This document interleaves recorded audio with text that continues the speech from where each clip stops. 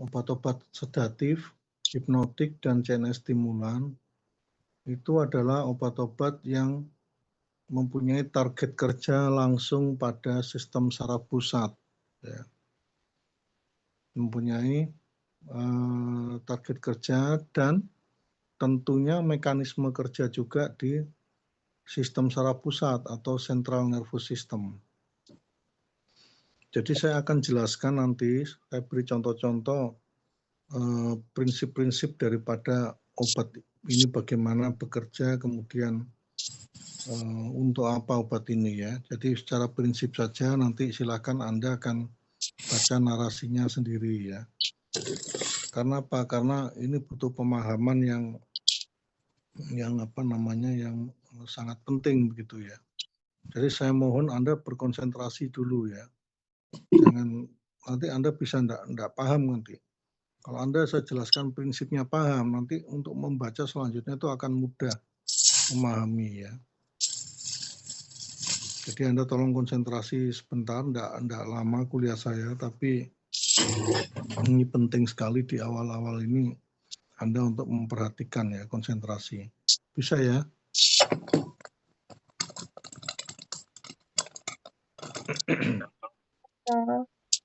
Ya, baik.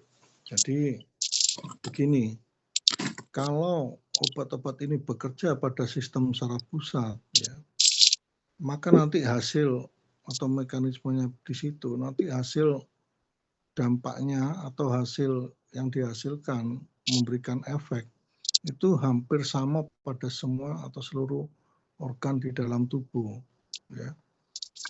Baik pada sistem pernapasan, sistem respirasi, sistem sirkulasi, jantung, pembuluh darah, kemudian organ-organ yang lain, sistem integumen, ya, sistem saraf dan sebagainya, itu memberikan efek yang relatif sama sesuai dengan kerja dari masing-masing obat ini. Beda dengan obat otonom. Kalau Anda kemarin mendapatkan obat-obat otonom, itu kan cara kerjanya dia otonomik. Jadi target kerja dari obat itu pada masing-masing organ. Makanya kemarin setelah dijelaskan Prof. Sirakus tentang obat otonomik, Anda masih ingat itu pengaruh organnya, misalnya saja, di jantung terjadi bradikardi, di pembuluh darah terjadi vasodilatasi,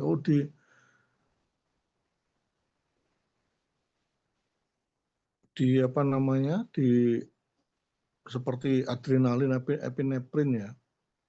Di otot polos terjadi relaksasi, tapi otot polos pembuluh darah, otot polos saluran cerna relaksasi. Otot polos pembuluh darah vasokonstriksi misalnya seperti itu. Kan beda-beda itu karena otonom ya. Otonom itu otonomi masing-masing tergantung dari reaksi atau reseptor masing-masing organ atau sistem. Nah, kalau obat-obat CNS stimulan dan sedatif hipnotik ini, maka dia akan mempengaruhi sistem yang ada itu sama semua, linear ya.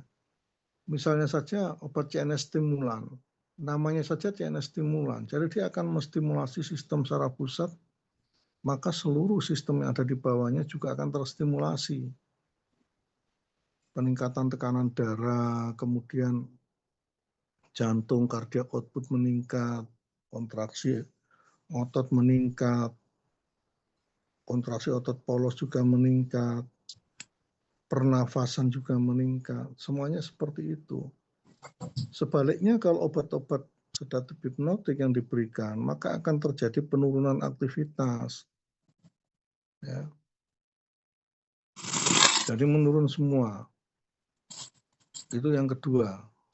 Kemudian yang ketiga, yang Anda perlu perhatikan, obat-obat ini akan mempengaruhi sistem di dalam tubuh itu secara fisik dan psikis. Paham ya?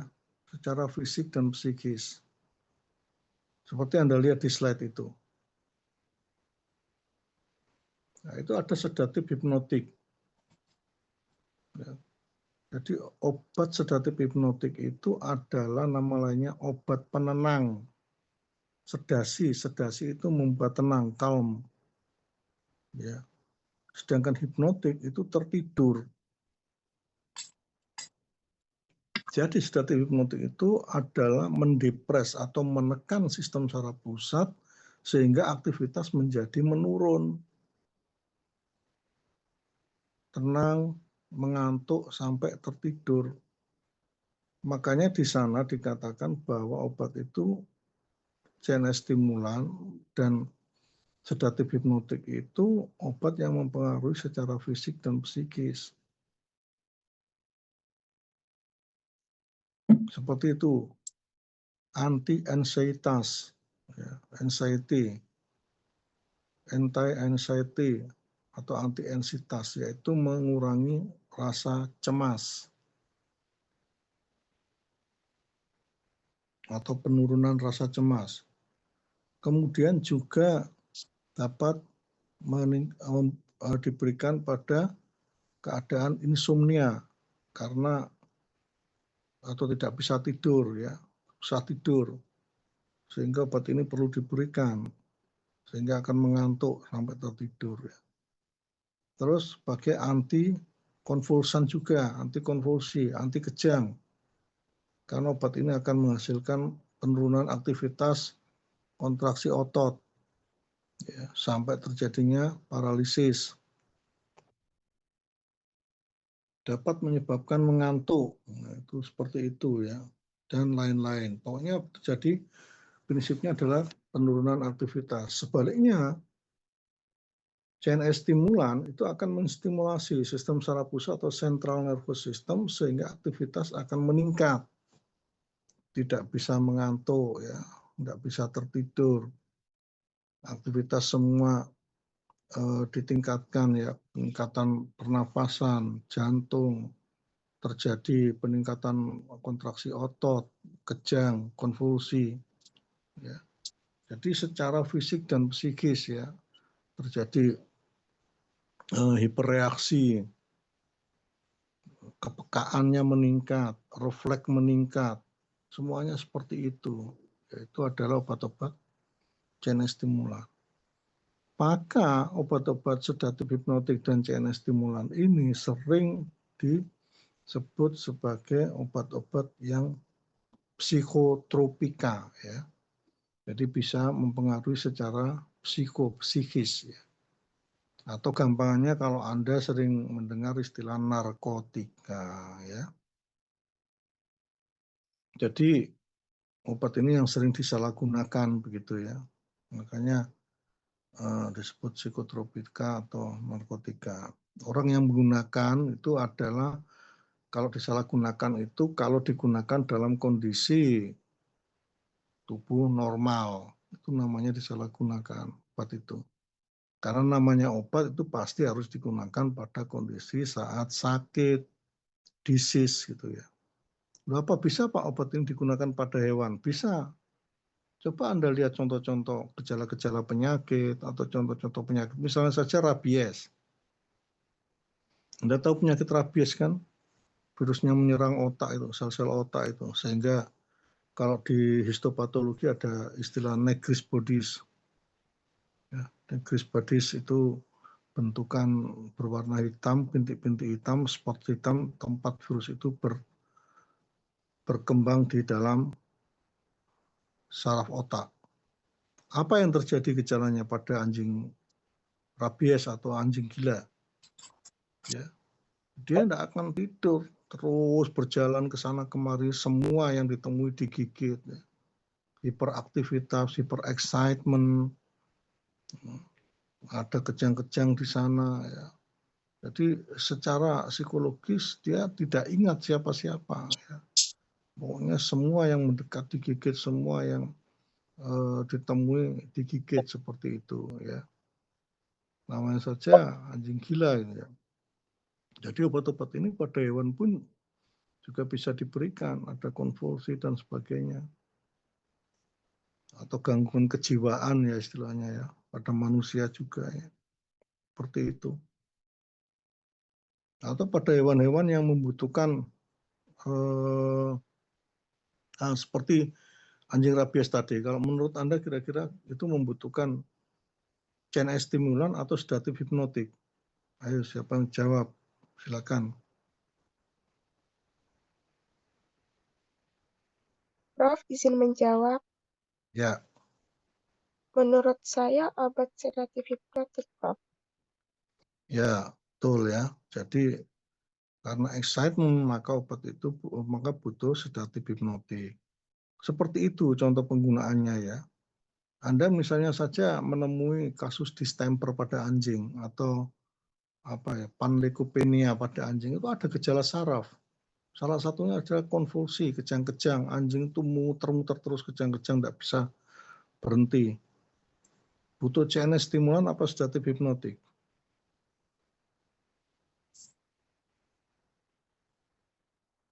Sedatif hipnotik, Prof. Ya, betul. Contoh lain misalnya, Anda ingin melakukan suatu operasi, ya, tindakan operasi, kemudian dianestesi, ya. Nah, tentunya dianestesi atau tindakan operasi itu butuh obat supaya dia dikendalikan atau di restraining. Butuh sedatif hipnotik apa CNS stimulan ya, untuk menenangkan hewan itu. Sedatif hipnotik pasti. Itu ya. Nah, sekarang sebaliknya. Misalnya hewan itu stres gitu ya. Jadi habis dari ditangkap gitu misalnya, terus masukkan kandang. Stres dia tidak mau makan, tidak mau minum, ya. Depresi. Gitu ya. Itu butuh sedatif hipnotik apa butuh CNS stimulan? Izin menjawab, Prof. CNS Ya, stimulan. ya, ya. Jadi Anda sudah paham kan? Jadi saya ingin menjelaskan supaya Anda itu mudah memahami. Ya. Jadi butuh CNS stimulan. Ya. Jadi obat-obat itu seperti itu. Terus CNS stimulan dibutuhkan lagi ketika Anda itu atau hewan itu lesu gitu ya. Terus kurang memberikan aktivitas, kemudian mengantuk, depresi dan sebagainya. Kemudian juga paralisis. Anda tahu paralisis ya? Yaitu kelumpuhan saraf-saraf sehingga tidak bisa jalan atau sulit berjalan. Itu butuh sedatif hipnotik apa CNS stimulan?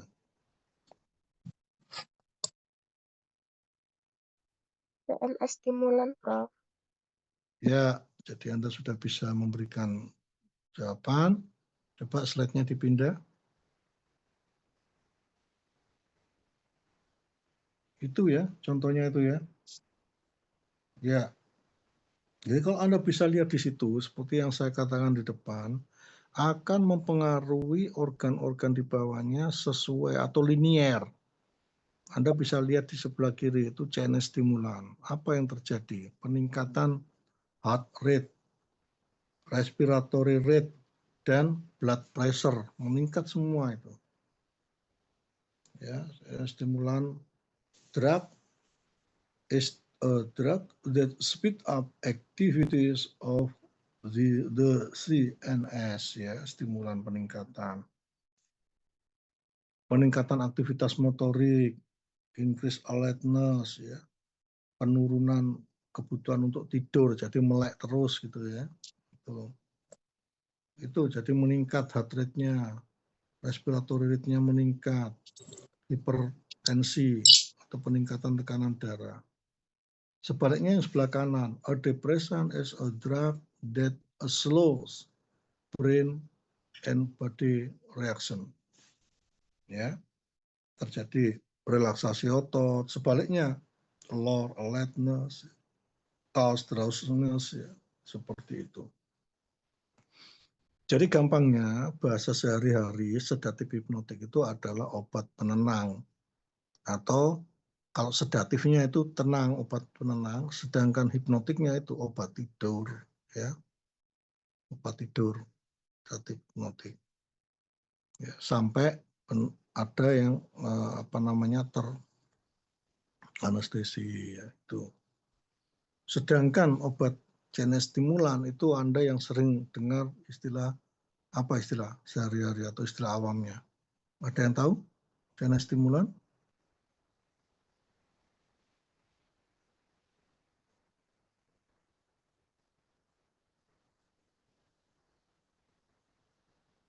Itu loh yang biasa dipakai untuk atlet itu apa istilahnya? Disalahgunakan atlet apa? Doping, Prof. Iya, itu maksud saya ya. Jadi paham ya? Sekarang obat-obat ini obat apa? Oke. Baik, lanjut slide-nya.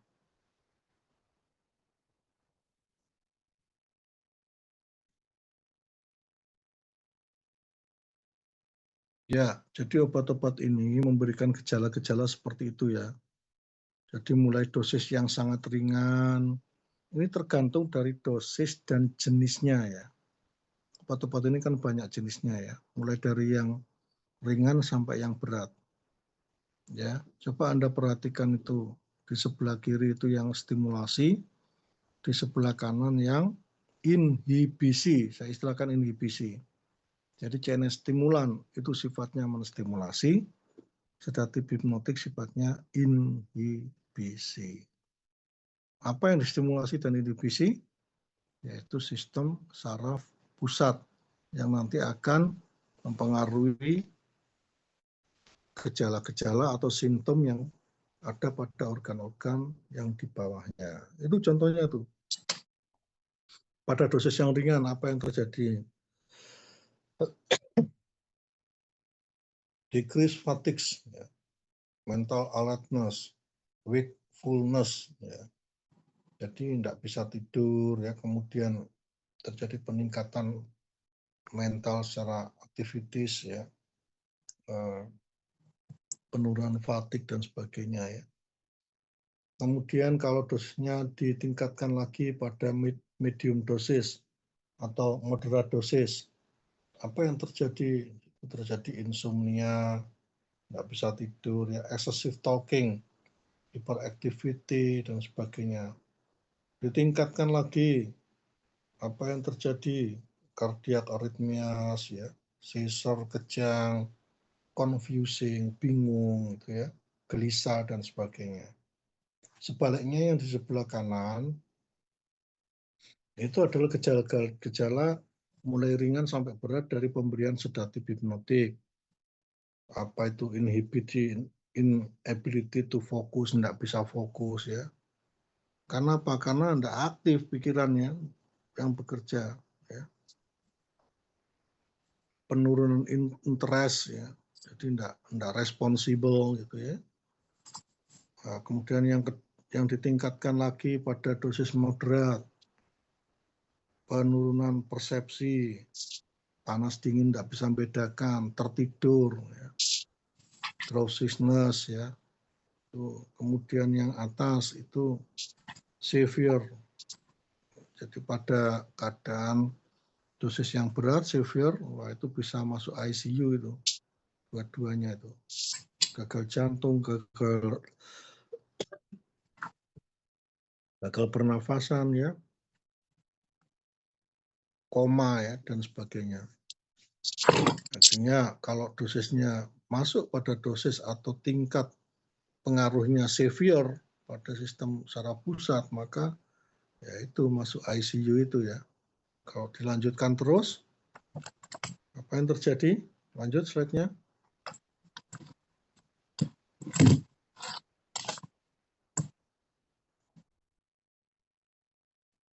Lanjut slide-nya. Ya, itu akan terjadi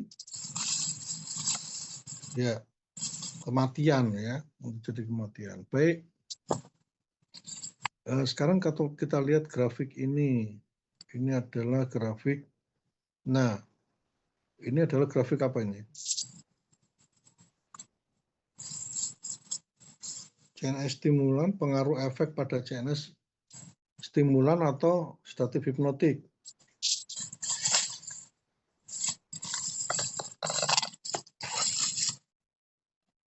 Kalau kita lihat gambarnya, Izin menjawab, Prof. Ya. CNS stimulan. Wah, coba dilihat dulu baik-baik. Dilihat dulu baik-baik itu. Hipnotik, Prof. Iya, itu kan ada tulisannya sudah itu. Sedatif, hipnotik. Itu artinya apa? Jadi obat-obat ini sedatif hipnotik. Dia terjadi efek sedasi, penenang, kemudian grafiknya naik lagi, efeknya tertidur, naik lagi, efeknya apa? Koma. Anestesi. Itu kan ada anestesi toh. Sampai terjadi koma gitu ya. Itu efek sedatif hipnotik. Pada efek sedasi itu masih penenang, tenang gitu ya, tapi masih sadar. Kemudian tertidur, kemudian teranestesi juga tidur. Nah, sekarang apa bedanya?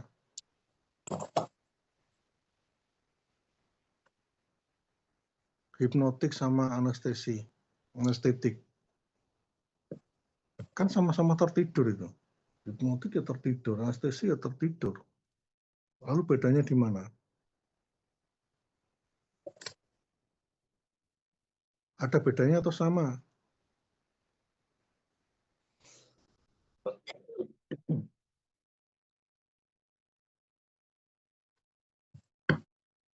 Ada bedanya atau sama itu? Ada bedanya, Dok. Di mana bedanya? Nah, kan sama-sama tertidur. Ya, pasti ada bedanya itu. Gimana jawabannya?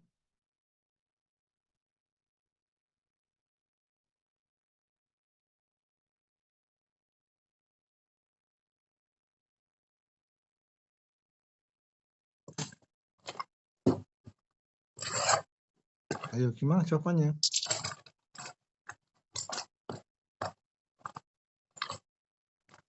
Kalau di anestesi boleh enggak setelah itu dilakukan tindakan operasi? Boleh. Kalau tertidur, hipnotik, Nggak boleh. lah kenapa kok enggak boleh? Karena kesadarannya masih ada, masih terasa. Enggak begitu. Orang tertidur itu sudah enggak sadar, sama-sama enggak sadar. Apa yang membedakan? Kok enggak boleh dioperasi? Anestesi nggak bisa bangun soalnya, Dok. Gini loh, saya hewan anjing tuh, dia tertidur. Wah ini sudah tertidur, ini enggak apa-apa, kita lakukan tindakan bedah untuk melakukan steril, sudah kucing, sudah langsung kita steril, kita operasi gitu. Kalau anestesi katanya tadi boleh lah, kalau sedasi kan ya sama-sama tertidur, boleh enggak? Mungkin Boleh. kalau hipnosis itu masih terasa. Terasa apa? Tindakan operasinya jadi nanti jerit-jerit. Saya ngerti maksudnya, cuman bahasanya yang enggak tepat.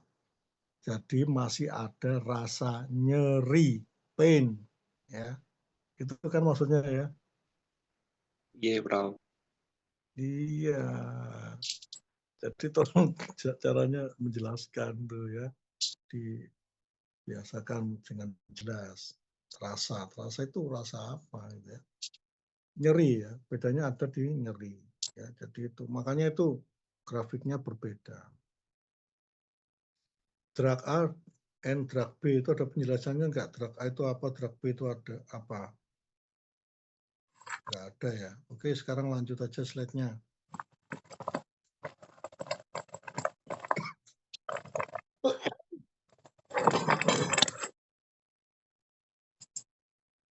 Jadi maksudnya itu kalau dosisnya ditingkatkan ya. Nah itu. Jadi obat sedatif hipnotik ini ada dua golongan ya. Itu golongan barbiturat dan benzodiazepin. Golongan barbiturat dan benzodiazepin ya. Itu dua obat yang sama-sama sedatif hipnotik. Dia mempunyai turunan-turunan dari obat-obat yang yang di bawahnya banyak ya. Nah, obat sedatif hipnotik ini ya adalah stimulan sedatif hipnotik barbiturat dan benzodiazepin. Kalau kita lihat di sana dua obat itu sedikit berbeda ya. Kalau sedatif hipnotik itu mungkin hanya pada tahap sedasi ya. Tapi kalau barbiturat itu bisa sampai pada tahap anestesi. Jadi aktivitas obat itu bertahap. Tahap sedasi, penenang, tahap tertidur, ya, hipnotik, sampai tahap anestetik. Nah, kalau sudah sampai tahap anestetik, disitulah peran dari golongan barbiturat. Ya. Kalau pada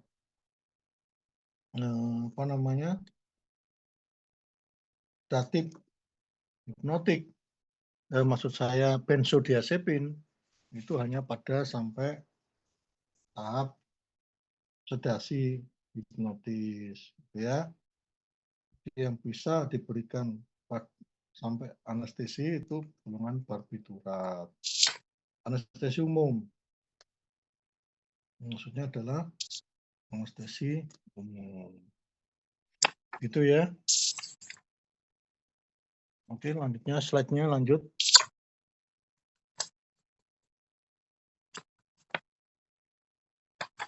Ya, itu contoh-contohnya. Contoh-contoh yang bisa Anda lihat. Ada yang bisa menjelaskan itu, maksudnya apa itu? Contohnya apa saja itu? Anxiety, short time problem, panic, sleep problem, muscle relaxation, depression, itu contoh-contoh bahwa obat sedatif hipnotik itu digunakan untuk itu, prescribe untuk itu ya. Digunakan untuk itu. Jadi kalau kita lihat seperti yang saya katakan bahwa akan mempengaruhi secara fisik dan psikis ya. Itu contohnya seperti itu. Mengatasi rasa panik, problem apa itu? Long term problem. Jadi jangka lama. Makanya kan tolong ini menjadi, setelah Anda memahami obat-obat ini, menjadi perhatian jangan disalahgunakan ya, karena obat ini yang sering disalahgunakan. Istilah disalahgunakan karena diberikan bukan untuk pada saat sakit, tapi diberikan pada kondisi normal, disengaja, itu memang disalahgunakan ya, dengan dosis yang juga berlebih. Ini berbahaya ini. Karena pertama ada dua hal yang sangat berbahaya. Yang pertama adalah bersifat adiksi. Apa itu adiksi? Untuk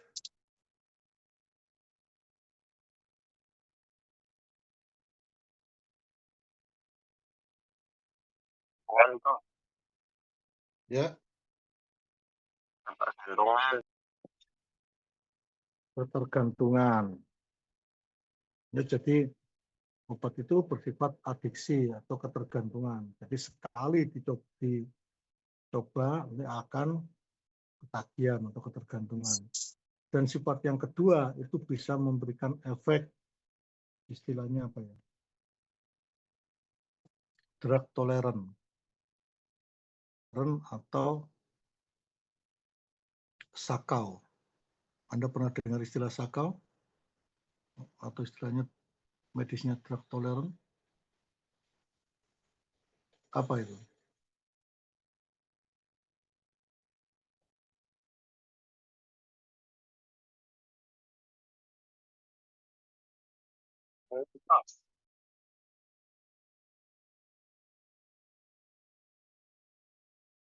Ya, gimana? Nggak pernah. Apa itu sakau?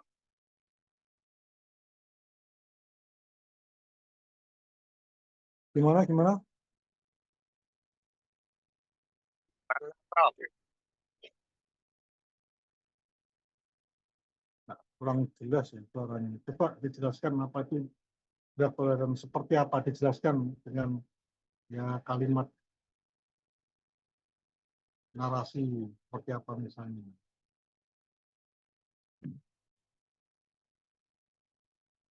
Kalimatnya agak panjang.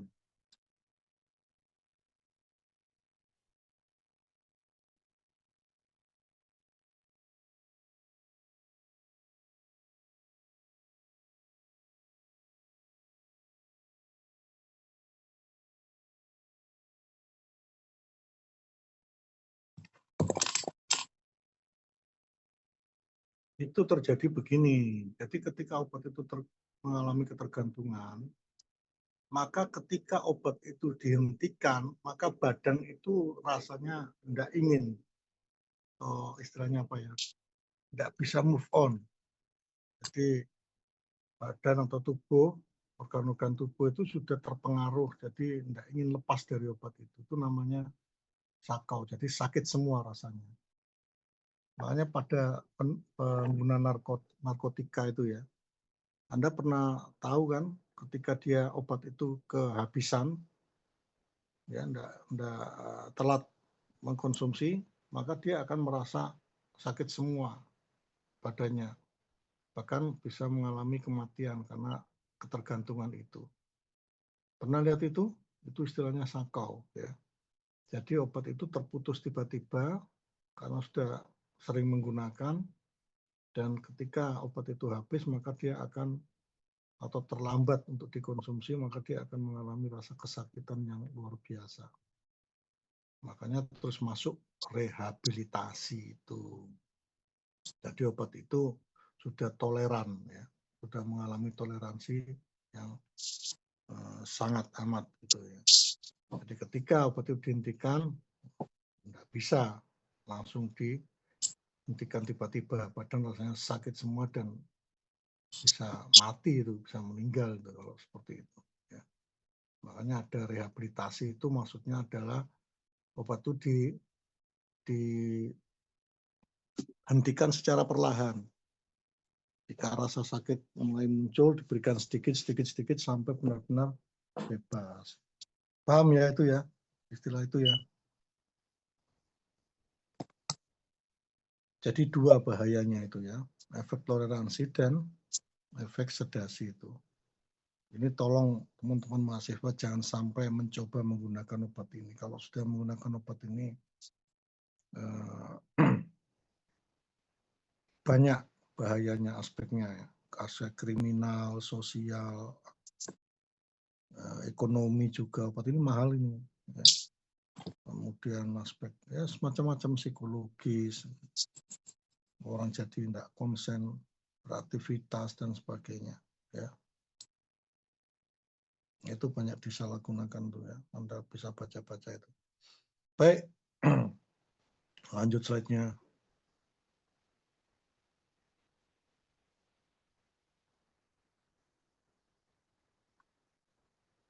Ya, itu contoh-contoh ya, lanjut lagi.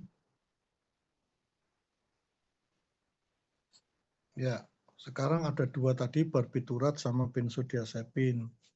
Ini sebenarnya mempunyai mekanisme kerja yang sama ya.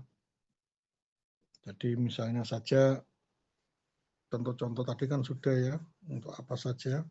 Kalau pada hewan nanti dicari contoh-contohnya sendiri ya. Nah, misalnya kita ingin mendomestikasi atau domesticated hewan tuh, wah habis tangkapan liar, di kandang susah dikendalikan dan sebagainya. Itu butuh sedatif hipnotik kayak gitu ya. Kemudian sekarang menginjak pada mekanisme kerja. Sama, ya ini adalah sedatif hipnotik golongan benzodiazepin dan barbiturat. Itu ada turunan-turunannya. Benzodiazepin itu seperti diazepam, clonazepam gitu ya.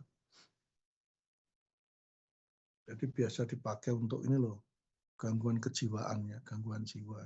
Itu obat-obat seperti ini, CNS stimulan dan sedatif hipnotik. Baik, sekarang mekanisme kerja dari sedatif hipnotik, barbiturat dan benzodiazepin. Ini sama ya. Lanjut.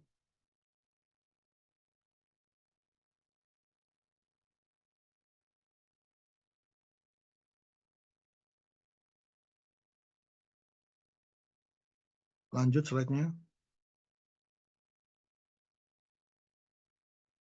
Ya, kalau dikatakan di sini mekanisme kerjanya adalah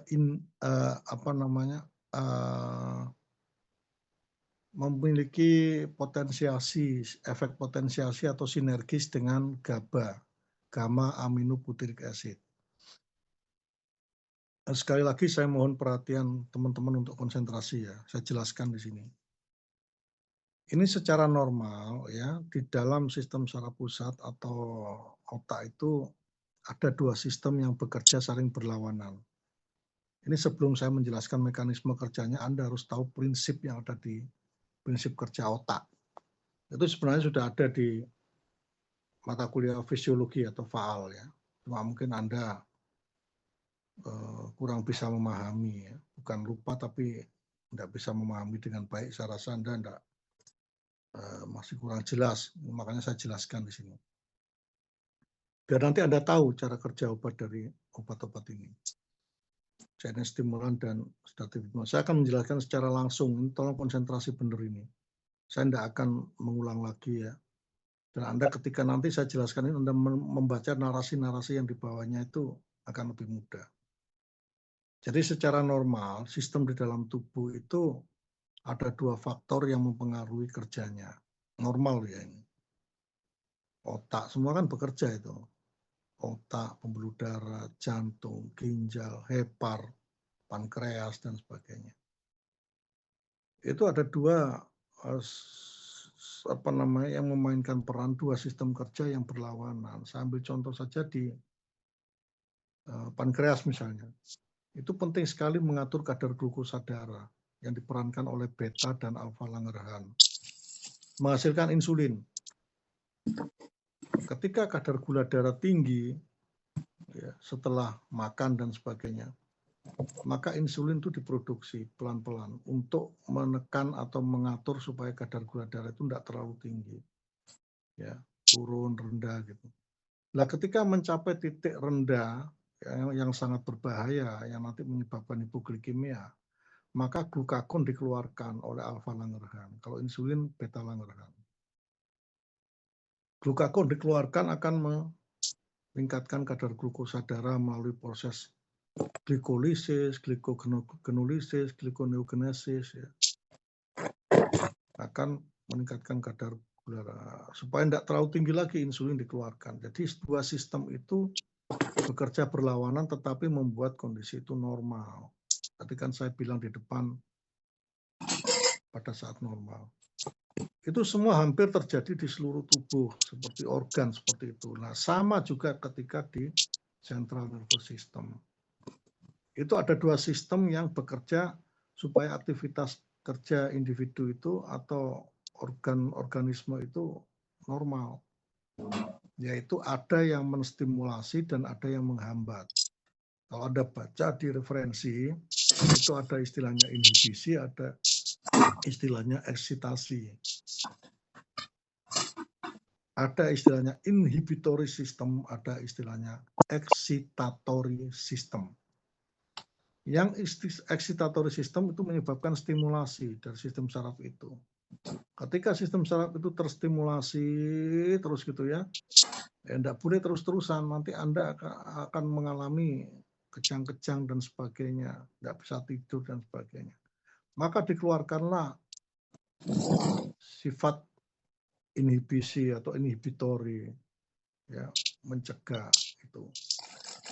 Anda tahu siapa yang memainkan peran inhibisi, inhibitori sama zat apa kira-kira yang memainkan peran inhibitori sama excitatory itu? Zat apa? Kalau di pankreas tadi ada zatnya yang namanya yang saya sebut insulin dan glukagon. Tapi kalau di sistem saraf pusat apa zatnya yang memainkan peran? inhibisi dan eksitatori? Ada yang tahu? Kalau izin jawab, Prof, kalau dulu pernah inhibisi itu kayak hormon gitu, Prof. Mm-mm. Yang berperan tuh hormon. Hormon, baik. Sebenarnya zatnya itu adalah asam amino, ya. Mungkin Anda pernah dengar di faal dulu neurotransmitter. You know neurotransmitter? Pernah dengar? Ya kuliahnya Prof. Sri Agus kemarin paling ya juga dengar kan neurotransmitter itu. Itu zatnya adalah asam amino. Salah satu zatnya itu seperti yang terlihat di slide itu. Apa itu?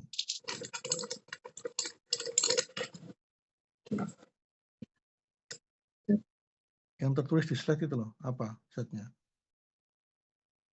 GABA, Prof. GABA, gamma amino butyric acid, asam amino butirat. Jadi saya ulangi sekali lagi, zatnya adalah GABA dan glisin untuk yang inhibitory. Sedangkan yang untuk excitatory, excitement, menstimulasi, itu diperankan oleh asam amino. Aspartat dan glutamat. Asam aspartat dan asam glutamat. Ingat-ingat, ya. Dua obat. Sebenarnya obatnya bukan obat ya. Zat ya, asam amino. Ini kan kita bicara normal dulu. Ya.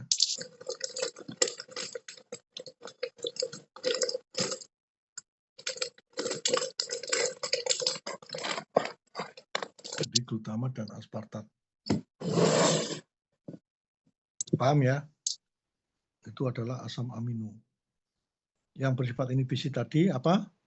GABA sama glisin, yang excitatory, excitement, terstimulasi. Kalau asam amino atau neurotransmitter, kenapa sekarang neurotransmitter? Karena dia dikeluarkan oleh ujung-ujung saraf. Transmit itu penghantar. Nanti obat senyawa-senyawa itu dikeluarkan dari ujung saraf, dihantarkan masuk ke reseptor, baru kelihatan aktivitasnya. Inhibitor itu apa artinya? Yang menghambat. Jadi sistem saraf itu terhambat.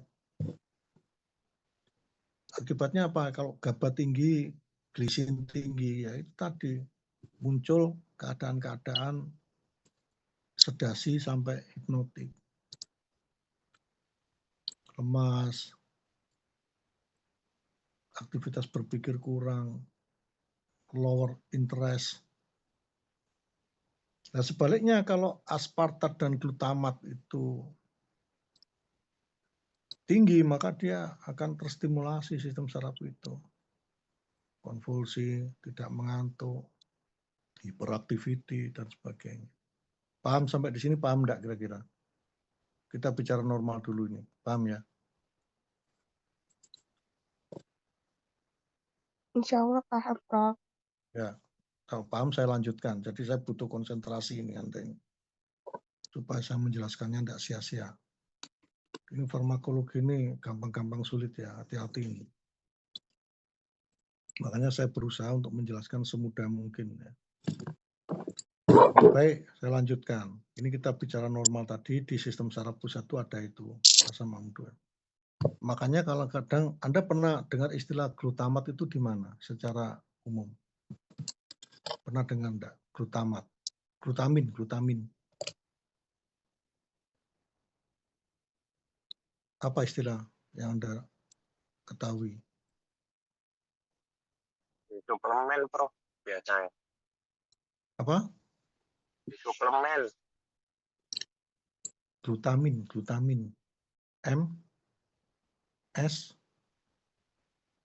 MSG. Apa itu? Yang dipakai pada masakan itu ya? Itu asam glutamat itu. Monosodium glutamat. Kenapa kok tidak boleh banyak-banyak dikonsumsi, kok berbahaya, terutama pada anak-anak. Kalau sering mengkonsumsi itu dilarang atau tidak boleh. Kenapa kira-kira? Ayo dihubungkan dengan penjelasan saya tadi loh di depan sebelum itu. Tekanan darah tinggi, hipertensi. Ya, karena akan menambah kadar glutamat di dalam otak. Tadi kan saya ceritakan itu asam glutamat itu excitatory. Jadi akan menyebabkan peningkatan kadar glutamat di dalam otak sehingga akan terjadi efek excitement. Otak terstimulasi. Stimulan itu. Ya, otak terstimulasi. Tidak bisa tidur, kejang-kejang. Makanya itu kalau anak kecil sering minum mengkonsumsi itu, coba lihat dia hiperaktivitas dia, waktu orang tidur tidak bisa tidur, bisa kejang-kejang tuh kalau tidur itu.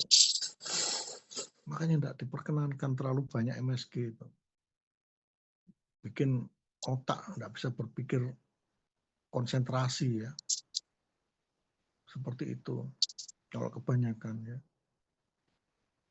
Sebaliknya kalau kebanyakan yang GABA sama glisin ya sama saja.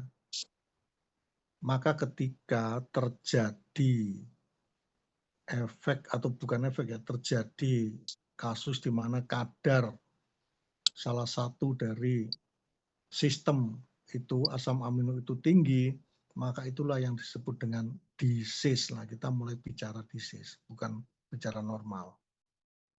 Seperti pada kasus rabies tadi, maka kadar yang tinggi di dalam sistem saraf pusat itu ya kalau tidak aspartat ya glutamatnya.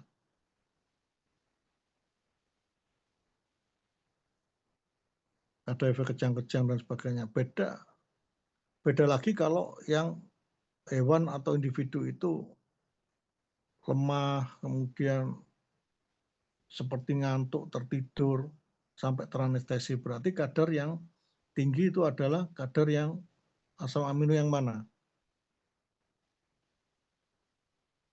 Ya GABA sama glisin yang inhibitor. Paham ya? Yang inhibitor itu menekan sistem saraf pusat, yang excitatory meningkatkan aktivitas. Gambarannya seperti itu. Makanya ketika terjadi peningkatan kadar aspartat glutamat itu butuh obat sedatif hipnotik apa CNS stimulan.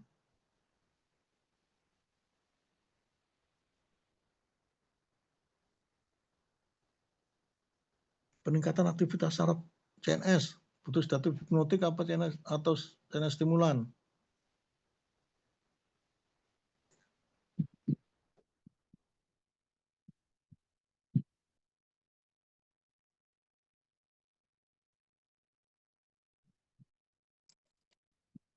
Ya butuh sedatif hipnotik ya.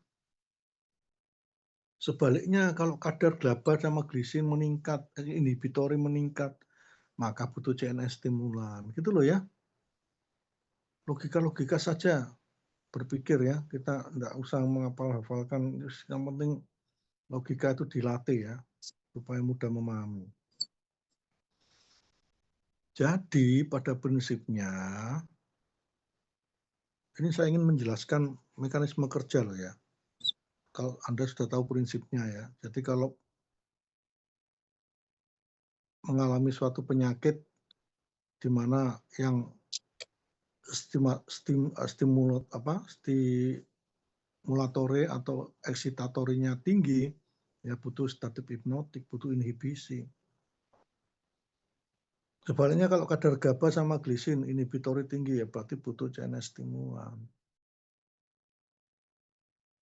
Di mana kadar itu akan ditingkatkan asam amino itu. Nah, sekarang apa hubungannya kalau sedatif hipnotik ini? Kita sekarang bicara mekanisme kerjanya sedatif hipnotik. Benzodiazepin sama barbiturat.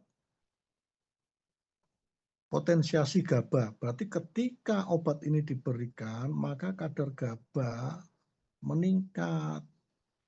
Ya, sehingga terjadi efek inhibisi pada sistem saraf itu untuk mengobati keadaan-keadaan seperti tadi, kejang, excitement, nggak bisa tidur, ya, konvulsi, peningkatan respirasi, peningkatan tonus otot,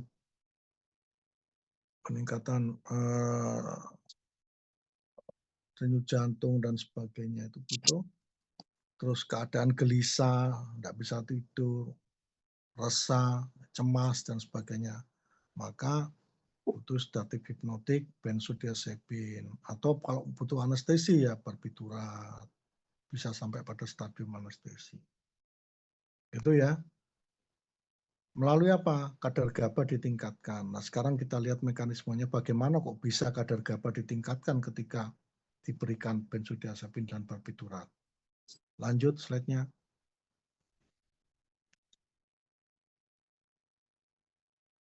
Nah, ini mekanisme kerjanya ada di sini.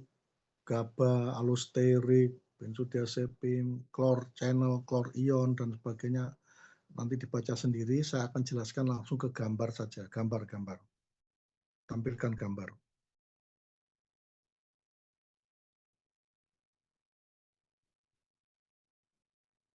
Lanjut, gambar.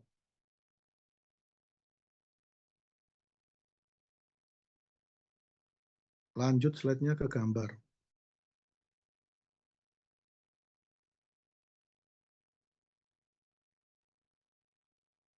Slide-nya lanjut ke gambar, saya akan jelaskan ini mekanisme pekerjaannya nih, benzodiazepin sama barbiturat.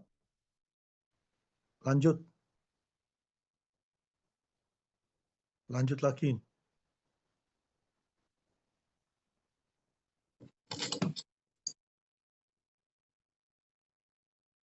Lanjut lagi slide-nya.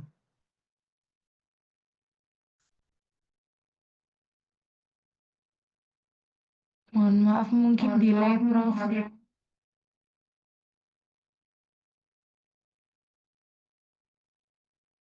Ya, coba lagi. Ya, enggak apa-apa, pelan-pelan.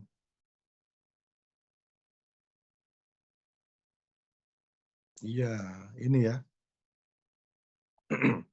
Jadi cara kerja benzodiazepin dan barbiturat menyebabkan terjadinya efek inhibisi pada sistem saraf, ya, mengantuk dan sebagainya, tertidur, teranestesi, ya, refleks hilang, kemudian rasa cemas hilang.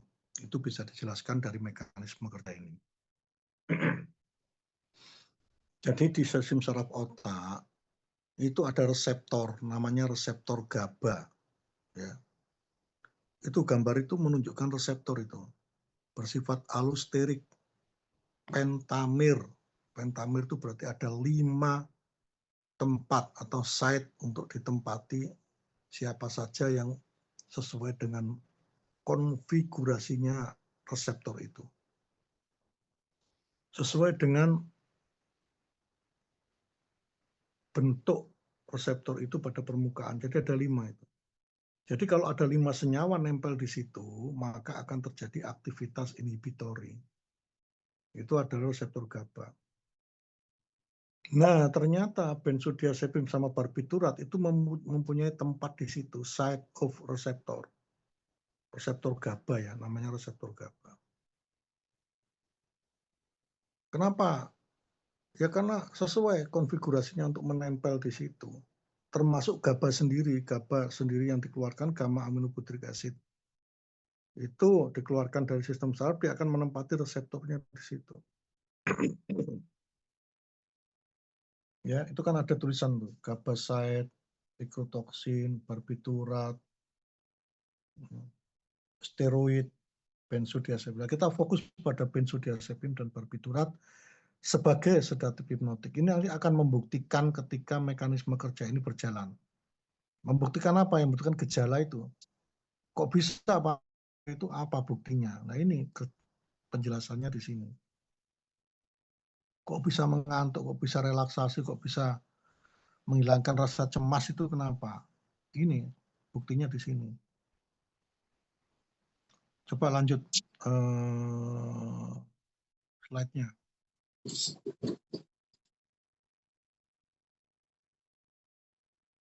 Ya, Jadi saya mulai dari sisi sebelah kiri, perhatikan baik-baik ya ini ya, perhatikan ini penjelasannya.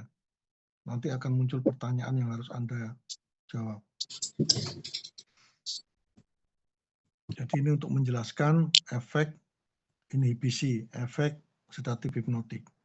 Bisa menyebabkan mengantuk, tertidur, mengatasi rasa cemas, relaksasi, dan sebagainya tadi. Makanya dikatakan inhibisi, jadi menghambat aktivitas saraf otak yang nanti akan menghambat aktivitas semua sistem yang ada dalam tubuh. Ketika benzodiazepin dan barbiturat itu menempel pada reseptornya yang ada di sebelah kiri itu ya, itu kan reseptor itu. Nanti itu mekanismenya berjalan ke kanan. Nah, ketika menempel itu warna kuning itu, maka akan dirilis GABA, dikeluarkan GABA itu dari ujung-ujung saraf ganglion di otak secara besar-besaran. Itu bisa kita geser ke yang nomor 2, yang tengah. Ya toh? Ketika yang kuning menempel pada reseptornya, maka muncullah yang orange itu, GABA itu.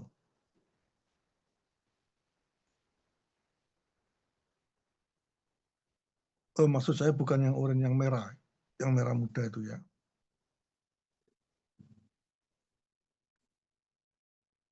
Ya, GABA subunit. Itu reseptor GABA. 5 tadi pentamir itu namanya subunit ya. Jadi ketika benzodiazepin dan barbiturat itu menempel pada reseptor itu, maka akan dikeluarkan, akan merangsang GABA, gamma aminobutyric acid itu keluar dari ujung-ujung saraf ganglion. Makanya dikatakan potensiasi GABA, mekanisme kerjanya tadi ya. Atau agonis GABA.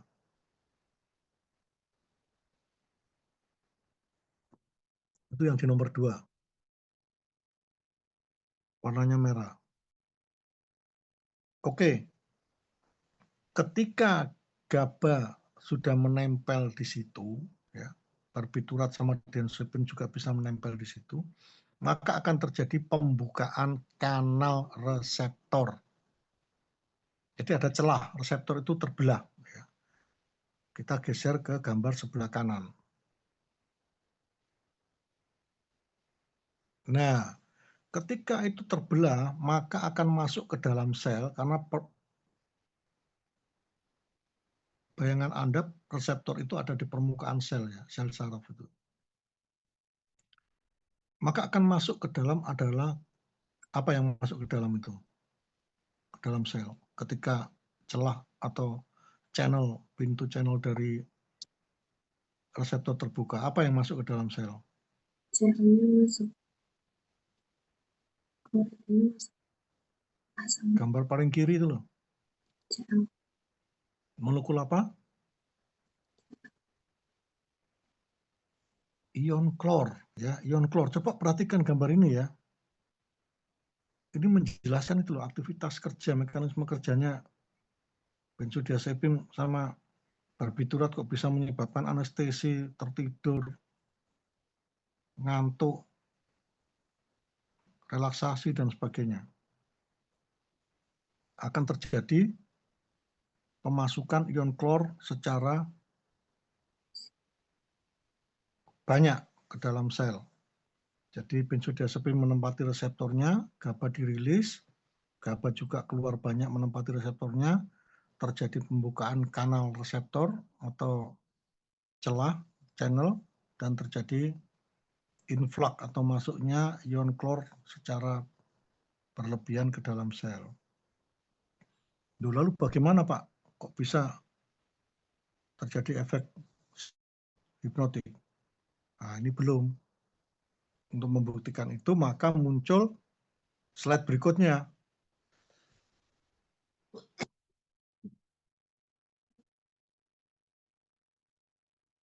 Lanjut, slide berikutnya. Ya. Ini gambar apa ini?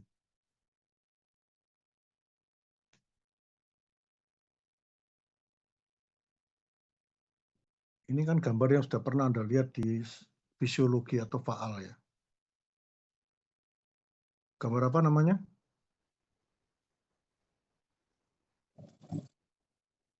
Sepertinya gambar potensial aksi, Dok. Baik, action potensial atau potensial aksi. Anda bisa membayangkan nggak apa sih artinya potensial aksi itu?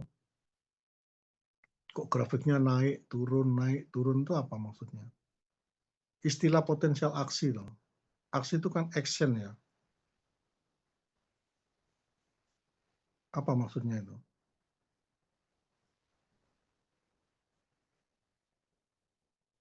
Kalau Anda bisa lihat itu apa yang terlihat dari sifat itu. Action itu kan kerja, aksi itu kan kerja. Yaitu mencerminkan kerja pada tubuh kita, organ kita yang diawali dari aktivitas saraf yang naik turun itu. Itu namanya potensial aksi.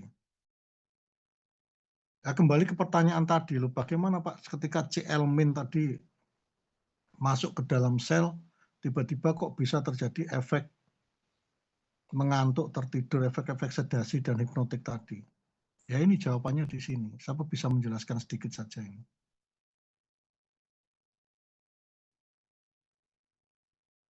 Berhubungan dengan itu. Ini tahap terakhir yang bisa menjelaskan atau membuktikan dia terstimulasi atau terinhibisi. Bisa membuktikan bahwa sedatif hipnotik, benzodiazepin sama barbiturat itu menyebabkan mengantuk, tertidur,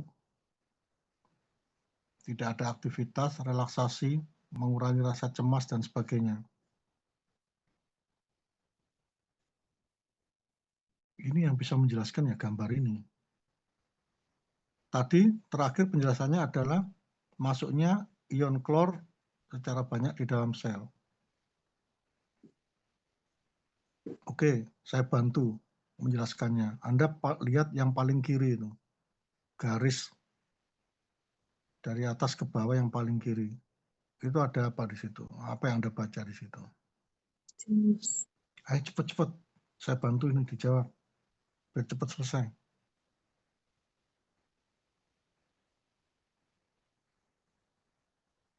Apa yang bisa Anda lihat di garis itu?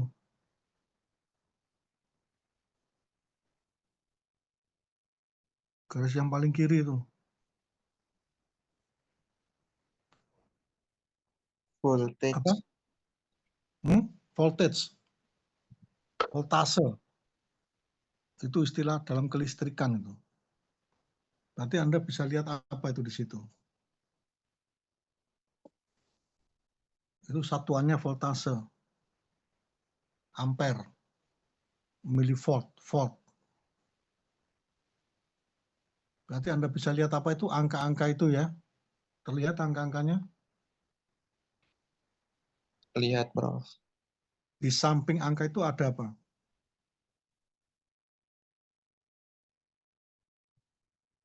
Ayo Mas. Threshold. Apa? Belum di samping angka itu loh kok. Threshold. Di samping angka itu loh. Plus minus, Prof. Plus minus, Prof. Oke, bisa Anda jelaskan kenapa kok terjadi sedatif hipnotik?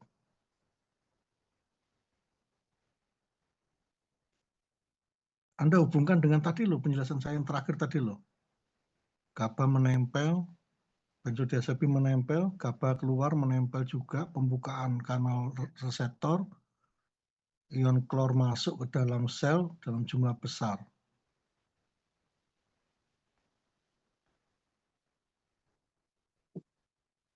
Ion klor itu notasinya positif apa negatif?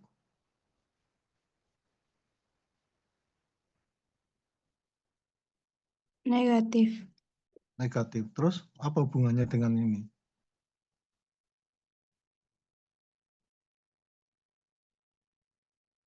Berarti kalau angka-angka itu dia masuk ke angka yang negatif apa positif? Yang negatif. Negatif. Kalau negatif itu arahnya ke bawah apa ke atas? Ke bawah. Terus lanjutkan untuk menjawab. Berarti grafik itu arahnya ke atas apa ke bawah?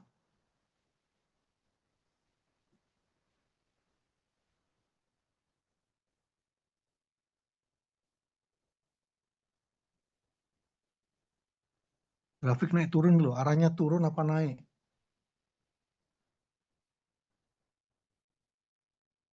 Akibat masuknya ion klor tadi.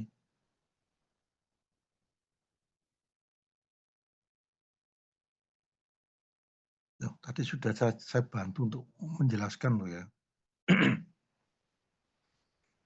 Ion klor negatif apa positif? Negatif. If Terus angkanya tadi turun apa naik kalau negatif? Turun, Prof. Turun. Kalau turun berarti grafiknya naik apa turun? Oke, turun. Grafiknya turun. Apa artinya grafik turun itu? Tadi kan ini katanya potensial aksi. Berarti aksinya itu turun apa naik? Turun. Ya turun dong. Aksi itu kan kerja tuh. Kerjanya turun, aktivitasnya turun. Itu yang membuktikan dia menjadi sedatif hipnotik. Ya, paham sampai di sini? Oh, kalau Terjadi gitu yang stimulus terus grafiknya naik itu kenapa terus? Iya, sebaliknya kalau yang CNS stimulan itu grafiknya pasti naik, namanya saja CNS stimulan. Berarti yang masuk ke dalam sel kalau CNS stimulan itu bukan CL main tapi CL plus Mas ada CL plus Mas, ada CL plus bisa kiamat ini nanti dunia ini. Berarti yang masuk ke dalam sel itu ketika pembukaan kanal channel itu muatan yang positif, bukan CL. Paham ya? Bisa CA, bisa NA gitu ya. Itu kalau yang CNS stimulan. Tapi ya beda lagi kalau CNS stimulan itu bukan benzodiazepin, bukan barbiturate, tapi lain lagi obatnya atau senyawanya ya. Jadi paham sampai di sini ya. Jadi CLN membuktikan potensial aksi itu aksi kerja itu, kerjanya itu loh ya, aktivitasnya itu loh. Tercermin di situ. Ketika CL-min masuk, maka grafiknya itu akan turun karena voltasenya menjadi negatif di dalam sel. Repolarisasi sampai hiperpolarisasi, maka itulah yang dikatakan tadi aktivitas itu menurun, mengantuk, tertidur, mengurangi gelisah, relaksasi otot dan sebagainya. Itu terbukti di potensial aksi ini. Sebaliknya kalau CNS stimulan itu maka yang terjadi adalah yang masuk ke dalam sel ketika pembukaan kanal reseptor itu adalah muatan positif sehingga grafiknya naik. Ketika grafik naik berarti aksi itu meningkat, terstimulasi gitu loh Mas ya. Mahasiswa ya, jadi belajar tuh harus dianalisis ya, dipakai logika-logika, kemudian dibayangkan gitu ya. Saya yakin Anda paham, grafik ini Anda tahu ini. Ingat betul bahwa ini di fisiologi adalah potensi, tapi Anda tidak bisa menerjemahkan, membayangkan ini apa sih sebenarnya ini. Hanya dihafal, oh kalau turun tuh repolarisasi, kalau itu depolarisasi, tapi tidak tahu maknanya ini, apa gambar ini. Potensial aksi itu ya action atau kerja kita yang dipengaruhi oleh muatan potensial, muatan voltase negatif dan positif. Makanya kenapa tubuh manusia atau individu itu bisa kesetrum karena di situ adalah banyak muatan positif dan negatif dalam tubuh kita, konduktor yang baik. Jadi menempel di situ, kita kalau kena aliran listrik pasti kesetrum, yaitu. Paham ya sampai di sini ya? Paham kira-kira sampai di sini? Insya Allah paham, Prof. Ya, bagus ya. Jadi itu bisa membuktikan gejala yang muncul dari peristiwa seperti itu. Makanya benzodiazepin dan barbiturate itu disebut sebagai agonis GABA karena kita tahu tadi asam amino GABA dan glisin adalah asam amino untuk inhibitori, sistem yang ada di sistem saraf pusat. Nah, sebaliknya kalau yang terstimulasi, ya muatan yang positif, tapi reseptornya bukan reseptor GABA, beda lagi. Yang masuk bukan Cl main, tetapi bisa kalsium 2+. Coba saya ditunjukkan gambarnya, Mas. Naik ke atas gambarnya. Slide-nya.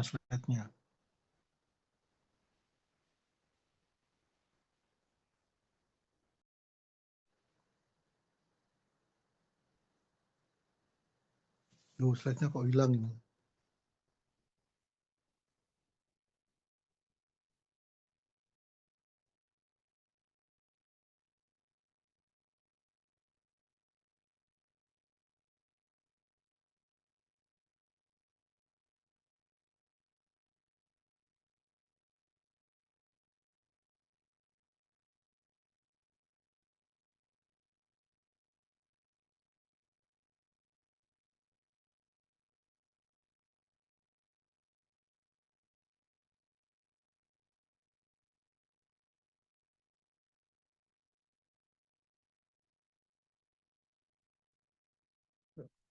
Satunya lagi. Ini tadi yang reseptor tadi loh, benzodiazepin menempel terus GABA dikeluarkan juga ikut nempel. Ini yang lainnya, satunya lagi. Slide satunya lagi, bukan atasnya.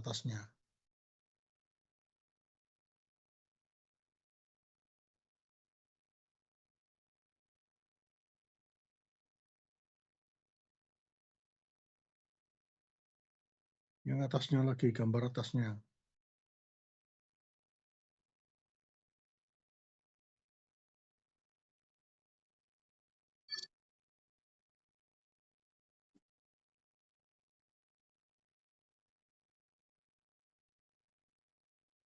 Sepertinya delay, Prof. Ya.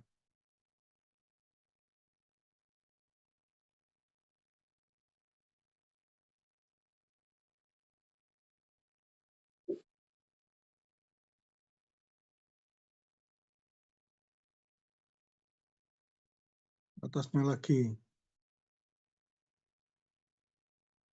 Gambar yang itu loh, yang agak rumit itu loh, ada reseptor, bukan ini, yang mekanisme. Itu kalau stimulan, ya, stimulasi, itu action potensialnya naik, ya, tadi grafiknya naik, positif muatannya, karena masuk ke dalam sel lewat reseptor itu adalah muatan yang positif, yaitu kalsium 2+, Ca2+. Reseptornya bukan GABA, reseptornya adalah reseptor yang excitatory, yaitu NMDA, N-metil diaspartat. Gambarnya ada di atas itu, di slide yang atas lagi. NMDA itu reseptornya untuk aspartat dan glutamat. Ingat-ingat tadi ya, yang excitatory itu asam aminonya glutamat aspartat, yang ini GABA sama glisin yang inhibitor ya.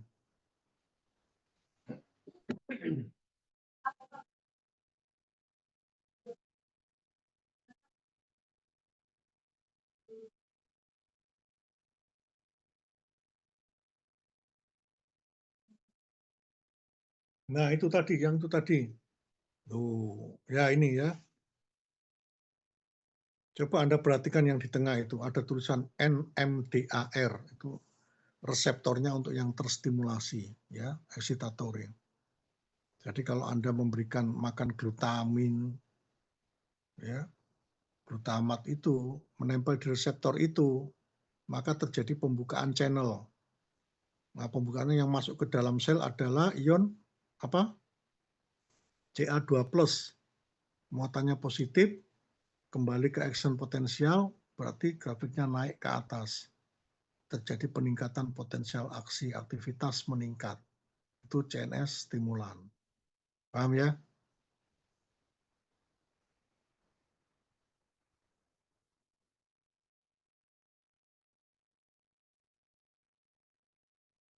Ca12. Oke, prinsipnya itu. Lanjut slide-nya ke bawah-bawah lagi. setelah grafik action potensial. Nah, itu contoh-contoh obatnya yang benzodiazepin ya.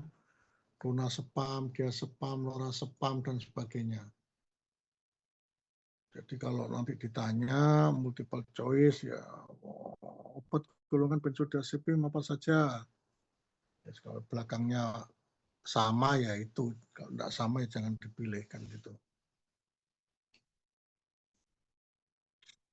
Jadi penjelasan saya rasa sudah cukup ya, nanti Anda yang ke bawah-bawah itu Anda baca sendiri ya. Jadi nanti kalau ada apa pertanyaan atau apa nanti Anda bisa menanyakan ya. Jadi prinsip kerjanya seperti itu. Efeknya CNS stimulan, itu ada amfetamin. Jadi mulai yang ringan. Kafein itu masuk CNS stimulan apa sedatif hipnotik? Kafein. Cek stimulan. Kopi. Stimulan, Apa? Prof. Stimulan Kenapa? karena meningkat. Nggak bisa tidur. Iya, ya. Jadi kafein, teobromin, serotonin, kafein, teobromin itu masuk ke dalam CNS stimulan yang paling ringan ya. Ada yang lebih berat dari itu banyak ya, termasuk metil amfetamin. Anda pernah dengar metil amfetamin? Ya, itu bahan dasar untuk membuat ekstasi ya. Itu juga CNS stimulan. Itu yang dipakai, disalahgunakan untuk orang cingkrak, tidak bisa tidur itu ya. Ya itu. Kemudian pokoknya yang mempengaruhi saraf pusat eksitatori itu adalah CNS stimulan. Cara kerjanya dia bisa menghambat GABA, ya, menghambat glisin, baru terjadi stimulasi. Tapi kalau yang sedatif hipnotik, benzodiazepin dan barbiturat, dia tidak menghambat yang stimulasi, tetapi meningkatkan kadar GABA tadi ya. GABA menempel, kadar glisin itu sama, reseptornya juga reseptor GABA, CL masuk, ya, itu terjadi inhibisi. Baik, saya rasa cukup untuk kuliah saya hari ini. Saya akan lanjut ke kelas berikutnya ya. Nanti Anda pelajari sendiri, baca-baca sendiri. Atau mungkin ada pertanyaan yang masih belum jelas, tapi saya rasa penjelasan saya tadi itu contoh-contoh sudah saya berikan, alur berpikir juga saya contohkan, logika-logika dan sebagainya, sehingga Anda mudah memahami. Kalau Anda belum paham apa yang mau ditanyakan, silakan.